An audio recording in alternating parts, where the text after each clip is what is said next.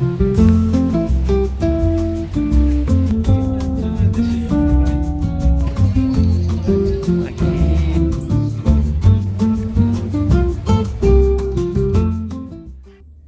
aí pessoal, eu sou o Gabs. Eu sou a Mandy.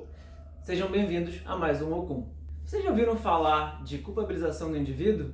Bem, é isso que a gente vai falar hoje. E vamos aproveitar que hoje é sábado e vamos dar uma volta aqui pela ilha. E vocês vão com a gente.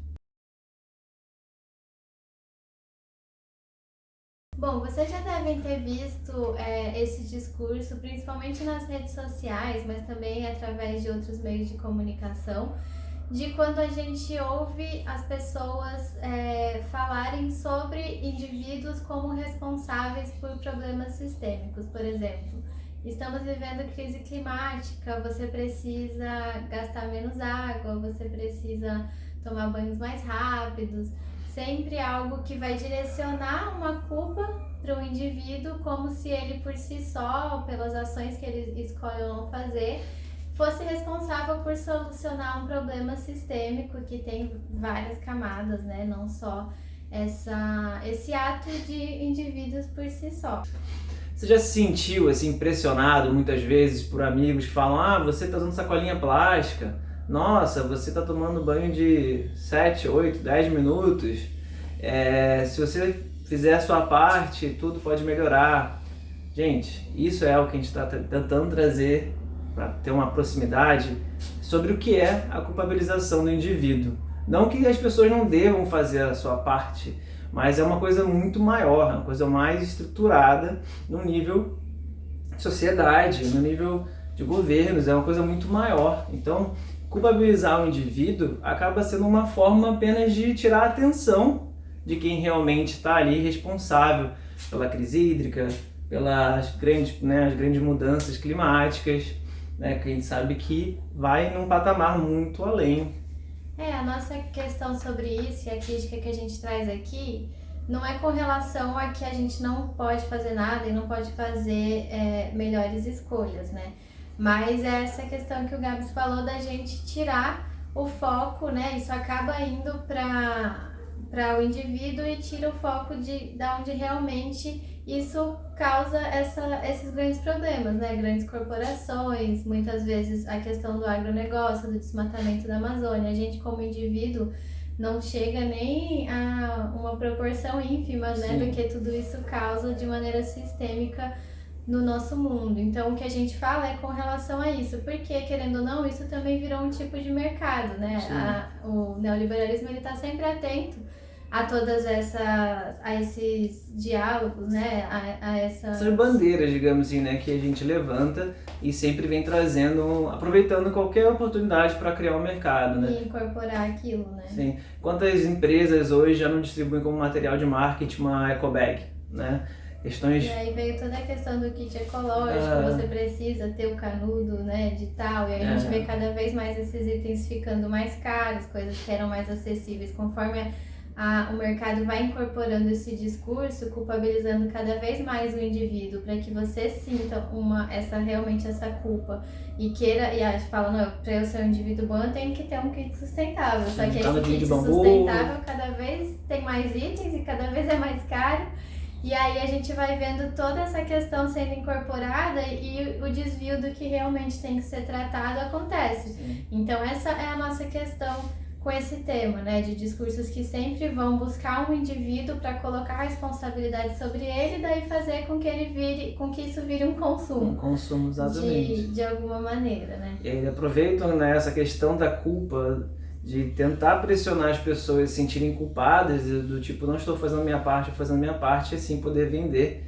E é uma coisa que a gente, como vegano, também te traz muito, que não dá para dizer que é sustentável, ou como diria o Nego Bispo, orgânico, se não é para todos, né? Então é muito difícil, sempre entra naquelas questões, é uma produção cara, porque ainda são poucas pessoas, o material é caro, mas acaba tornando um artigo de luxo, vira um nicho de mercado de pessoas com poder aquisitivo mais alto, usando-se desse discurso ambiental, né? Então uma coisa que tem que ser muito pensado, a gente tem que ter esse senso crítico de pensar, né, no grande contexto. Por exemplo, realmente, eu tomando um banho de 10 minutos vai impactar tanto do quanto a criação de um boi, por exemplo, porque está além de gastar água, está desmatando áreas de floresta, né, com queimadas, com pasto, e eu continuo comendo carne todos os dias e adoro meu churrasco. Nada contra quem come carne, mas a questão do consumo exagerado de carne também é uma coisa de mercado que veio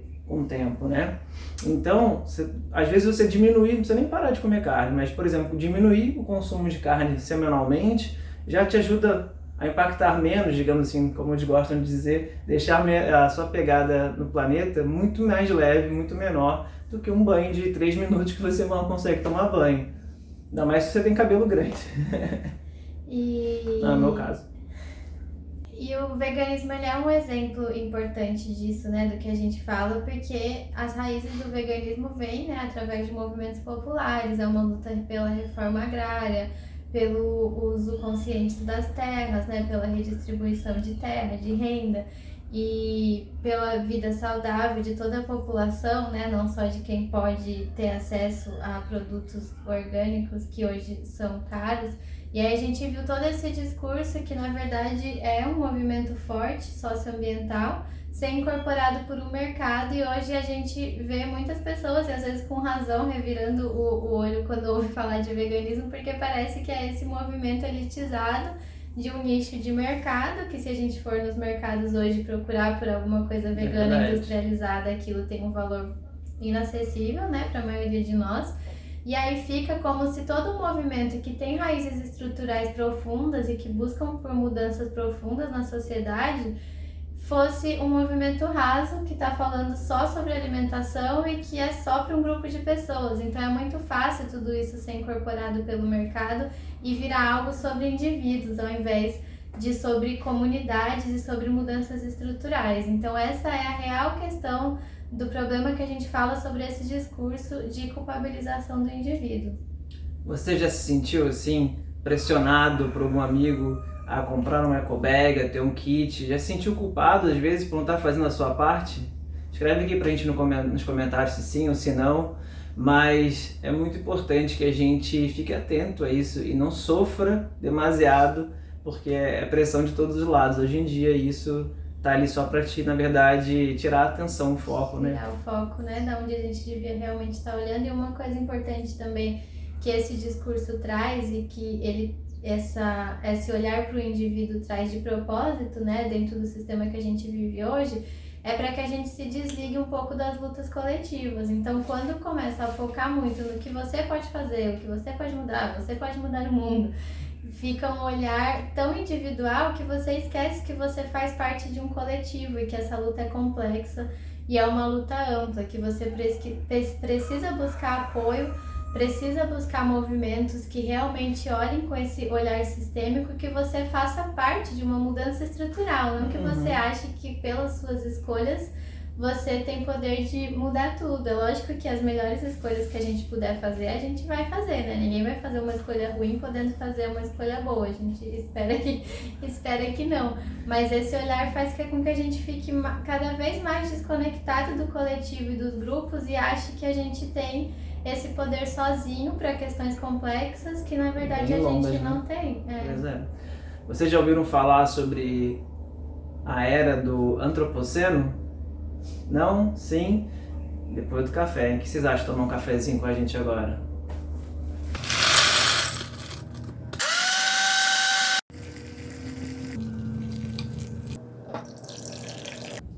Agora sim, a gente pode continuar.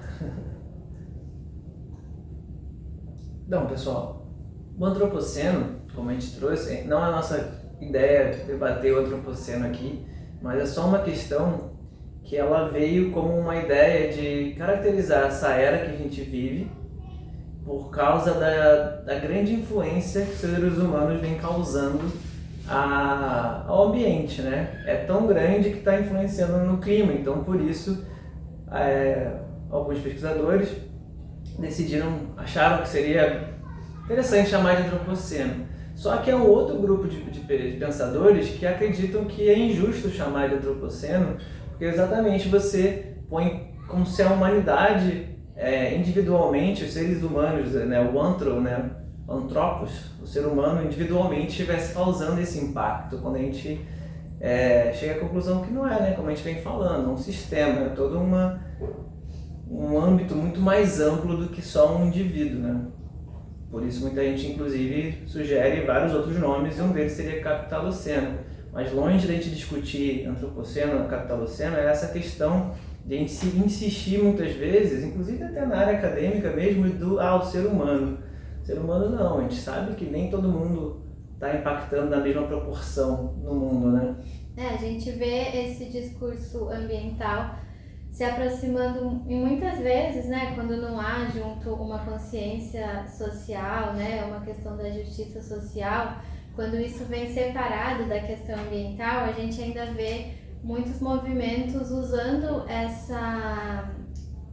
querendo apartar, né, o ser humano da natureza, como se isso fosse...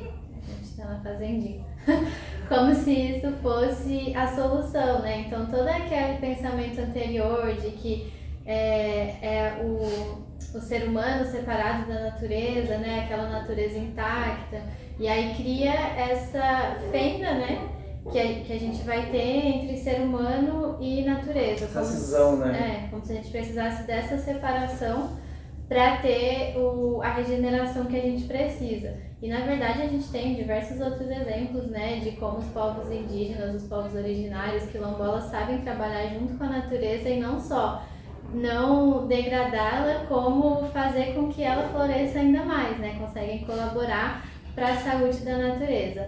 E a gente já falou um pouquinho também em um vídeo mais antigo nosso sobre um outro termo que se chama ecofascismo, que é o que esses discursos, muitas vezes, do ambientalismo se aproxima, né? Querendo falar que é preciso não ter ser humano para que a gente possa ter uma natureza conservada. A gente tem uns estudos que saíram recentemente, a gente até falou em outros vídeos, mas a gente deixa aqui embaixo para vocês os nomes dos artigos, e quem quiser pode escrever para a gente passa para vocês, que mostra que na Mata Atlântica, né, territórios indígenas homologados, eles não só preservaram mais, como eles aumentaram a área de floresta. Hoje já tem estudos arqueológicos, inclusive, mostrando que seres humanos, os indígenas, né, antes da chegada, da invasão das Américas, já domesticavam plantas e moldaram a Amazônia. E ainda, ou seja, conseguiram adaptar o meio em harmonia com a floresta para a sua sobrevivência, né? E tem uma parte de um podcast de um de um arqueólogo, que é muito interessante, que como a gente não encontra estruturas como as das ditas grandes civilizações, maias, astecas, incas e alguma coisa relacionada próxima ao europeu na Amazônia, acredita-se que, na verdade, não existiam civilizações avançadas, mas esse molde, esse modelo era baseado em escassez, em competição, em defesa, por causa de defender os seus recursos, né, e invadir os outros em busca do recurso que lhe falta. E na Amazônia não, era um ambiente de abundância, então não era necessário isso. É muito interessante. Foi um desvio do assunto, mas também vou deixar esse podcast aqui embaixo para vocês entenderem e escutarem, porque é muito lindo isso, sabe? E é um assunto complexo que a gente pode pegar vários caminhos Com e certeza. ramificações, mas tudo isso que a gente citou aqui, a gente ainda vai fazer vídeos mais aprofundados sobre isso, porque para cada tema desse dá pra gente aprofundar muito, mas tudo isso se relaciona com essa culpabilização do indivíduo, né? Porque aí a gente consegue ver como são questões complexas e sistêmicas que estão por baixo disso, e como esse discurso, como a gente já falou, serve só para desviar a atenção, né? E a última questão, eu acho que a gente queria trazer nessa conversa sobre isso, para a gente ficar atento, é de como principalmente isso desvia a atenção, por exemplo, como isso acaba sendo desproporcional, né? Com esse foco no indivíduo, sempre vai trazer essa responsabilização para a população comum, né? Muitas vezes populações em situação de vulnerabilidade, colocando toda a responsabilidade sobre ela, e aí de uma forma igual a de uma pessoa que tem todo o acesso a coisas que a gente nem imagina e está impactando muito mais, né? Então botam todo mundo às vezes na mesma balança, no mesmo peso, na mesma medida. Isso, né? Muitas vezes isso é desproporcional porque não se fala o quanto que os bilionários e os super ricos impactam de uma maneira muito desproporcional e, além disso, esse impacto deles causa um impacto muito profundo no restante da população. Claro. E aí, com esse discurso da culpabilização, todo o foco vai para a população dita comum, né? E tira o foco do que realmente está sendo feito por essas pessoas com muitos recursos acumulados, né? E que tem um impacto muito profundo no ambiente e que deveriam ser responsabilizadas de fato por isso de maneira proporcional ao impacto que elas causam. Recentemente até saiu uma pesquisa que saiu, depois divulgada em vários outros lugares, que prova, né, que 1% mais rico do mundo impacta muito mais do que o resto da população mundial para o clima, né? E isso, inclusive, mostra a desigualdade também, porque da mesma forma que eles são os que mais impactam, são os que menos vão sentir ou vão sentir de uma forma muito mais amena a crise climática pelas suas possibilidades, seus recursos, mostrando a injustiça, inclusive, de quem está sofrendo a crise climática depois, como já mostrou o IPCC, né? Que diz que pessoas em situações de vulnerabilidade, principalmente mulheres, crianças, idosos, pessoas racializadas, né, vão sofrer de forma realmente muito mais forte, proporcional às mudanças climáticas. Principalmente o sul global, né, os países ditos em desenvolvimento, do que os países em desenvolvimento, e mesmo assim, ainda nesses lugares, quem sofre mais são essas pessoas, né? Pessoal, é um assunto que a gente pode conversar por muitos cafés.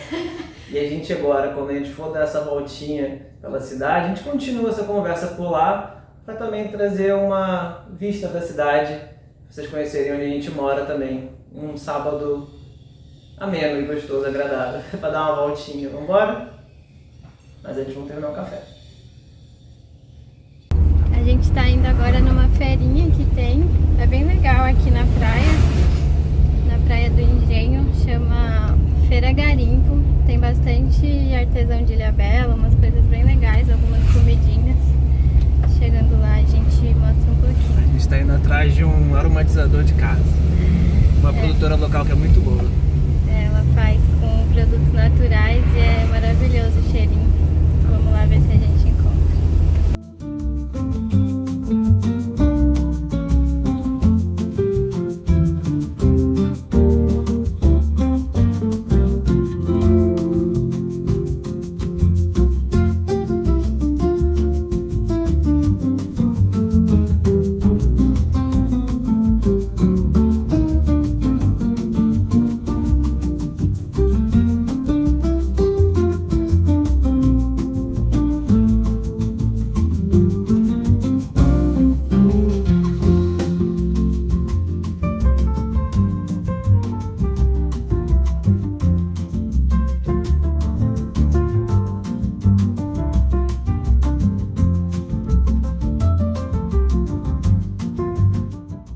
Pessoal, a gente acabou de fazer as compras ali na feira, né? Agora a gente tem que almoçar, um restaurante que a gente gosta muito aqui, chamado Manjericão, no centro, que é um dos poucos lugares que tem umas opções veganas. Eles têm um cardápio vegano, inclusive, né? Tem risoto, tem...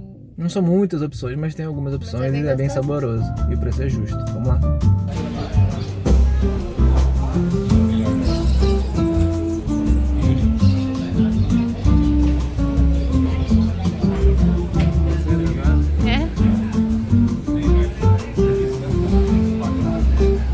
Começou aqui com uma porçãozinha de batata frita, que pra ser sincero é gostosa, mas tá cada vez menor. Antigamente ela era bem mais servida, mas tá bom, tá gostoso. Já já chega o nosso prato.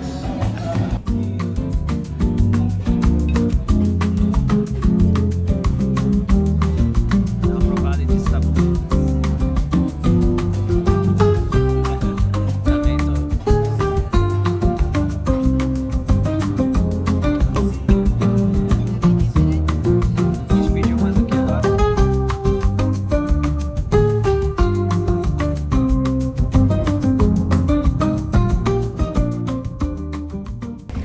Continuando um pouquinho do assunto que a gente estava falando lá em casa, A gente estava conversando também sobre como esse contexto de culpabilização do indivíduo, né, ele acontece em diversas outras áreas. Por exemplo, hoje é bem comum a gente ver, principalmente nas redes sociais, né, um discurso de até mesmo pessoas que vendem cursos ou qualquer outra coisa, né, de marketing pessoal, marketing de empresa. Aquele tipo, se você tem uma rede social, um celular, como assim você não tá milionário, né? Exato. Coisa desse tipo. E que é só você querer, que se você fizer determinado curso, falar de determinado jeito. Pulo do gato, sempre tá todo mundo vendendo um pulo do gato, né? 5 passos para. E que se você ainda não conseguiu ficar rico ou se tornar o que você queria, é porque você não fez aqueles passos, ou não comprou aquele curso, ou não investiu em você.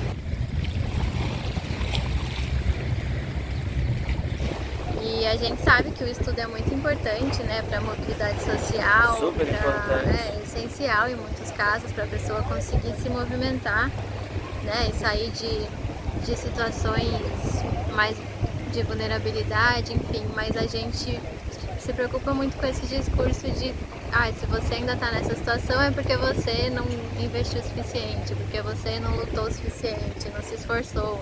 A culpa é toda sua, só que esquecem da questão de um sistema que está posto para massacrar a gente, né? Para manter a gente onde a gente está e sempre vender um produto, né? Sempre vender uma solução. E ignorando completamente o contexto social, Pois né, do nosso país e como as coisas são construídas socialmente mesmo, as faltas de oportunidade, o quanto tudo é feito para nem todo mundo realmente conseguir ter as oportunidades que merece, né? E aí a pessoa que não chega onde ela está se comparando nas redes, ela acha que foi tudo culpa dela e que ela fez alguma coisa errada. Lógico que a gente erra na vida, né? E às vezes faz escolhas equivocadas. Mas tem se criado muito esse discurso de se não deu certo é porque você não fez, né? Você não se esforçou.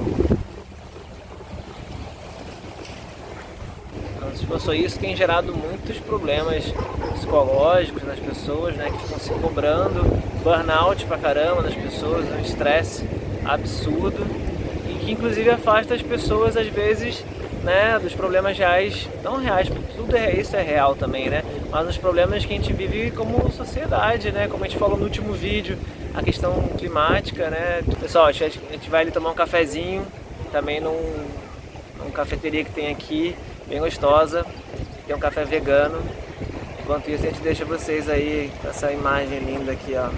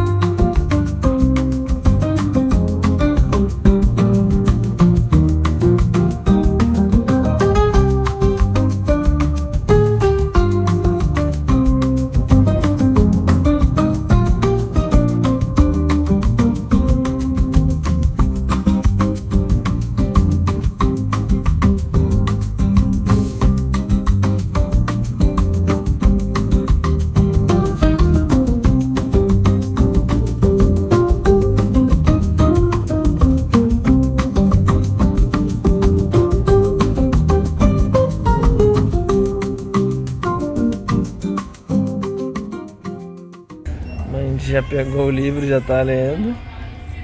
Enquanto isso, ó, começa a tortinha aqui. E olha esse... É o que mesmo que eu pedi? É moca. O mocati, né? É um chocolate vegano maravilhoso que eles fazem. E leite vegano e o cafezinho, ó. E a torta de banana com chocolate. Você tem certeza que você não vai querer um pedaço? Eu vou roubar um pedaço.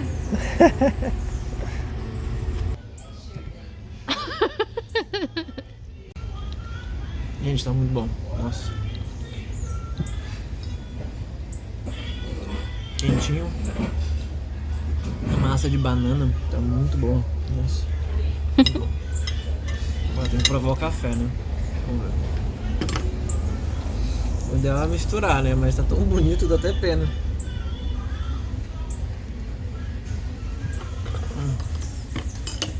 Sem misturar já tá gostoso. Vamos ver. mágica acontecendo.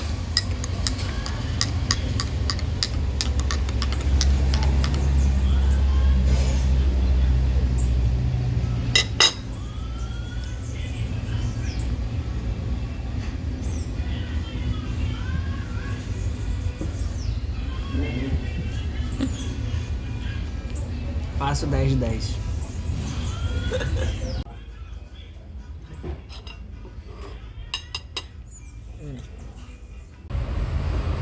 E aqui tomando esse cafezinho, olhando o jardim, veio uma outra ideia, gente, assim, que toda essa ideia de você é o dono do seu caminho, se você quiser você faz, e você chega lá,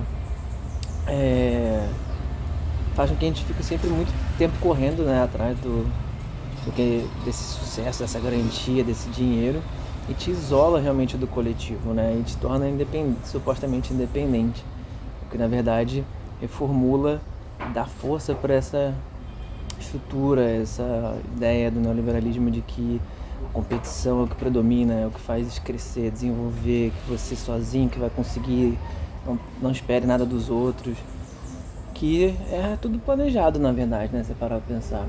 Mas isso pela natureza, né, a gente tem vários estudos, várias coisas que comprovam que na verdade a evolução veio da cooperação, né?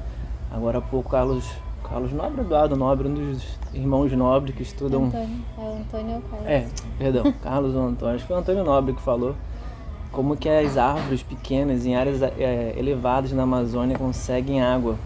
As árvores maiores já estão mais tempo estruturadas ali, elas puxam a água durante o dia e de noite elas devolvem para o solo mais raso, para que as raízes das árvores pequenas consigam absorver a água. Olha só, e a gente achando que tudo é competição, né? Que tudo é sozinho, né? Voltamos para casa, chegamos agorinha daquele rolezão que a gente deu pelo engenho d'água, pelo centro, né? Ali é o centro histórico, a vila. Vocês acompanharam com a gente. Tá uma noite bem gostosa, não tá muito frio, né? Não, tá bem gostoso, tá bem agradável. Tá fresquinho, mas os gatinhos já estavam aqui esperando a gente. No caso não tem um, é o Pinguim, poderoso chefinho. O Dé tá lá fora, o Flor tá ali dentro. E lá na vila a gente passou em alguns lugares, né? Vocês viram, acompanhando com a gente, mas a gente foi também numa livraria que tem ali na vila, bem pequenininha, mas o Gabriel achou um presente pra afilhada dele. Bem bonitinho. Que é esse livrinho aqui que a gente viu que é uma coleção que chama Pensadores para Crianças. E aí tinha esse do Fernando Pessoa, Esse que a aqui gente do adora. Fernando Pessoa. E aí tem ilustrações bem bonitas aqui e vai contando a história do autor, né, em linguagem mais infantil. Tem o Fernandinho aqui, ó. A gente achou bem legal e daí a gente viu depois que é uma coleção de vários pensadores e pensadoras. Tem da Bell Hooks, do Karl Marx, do Krenak, enfim. Conceição Evaristo, Luiz Gama. Mas bem legal pra criança, só que a gente quer pra gente também agora. Mas é super bonitinho. Pessoal, obrigado por assistirem. Se você gostou desse tour com a gente, essa conversa que nós tivemos durante o vídeo, curte, compartilha, se inscreve no canal. E até o próximo. E até o próximo. Tchau, tchau.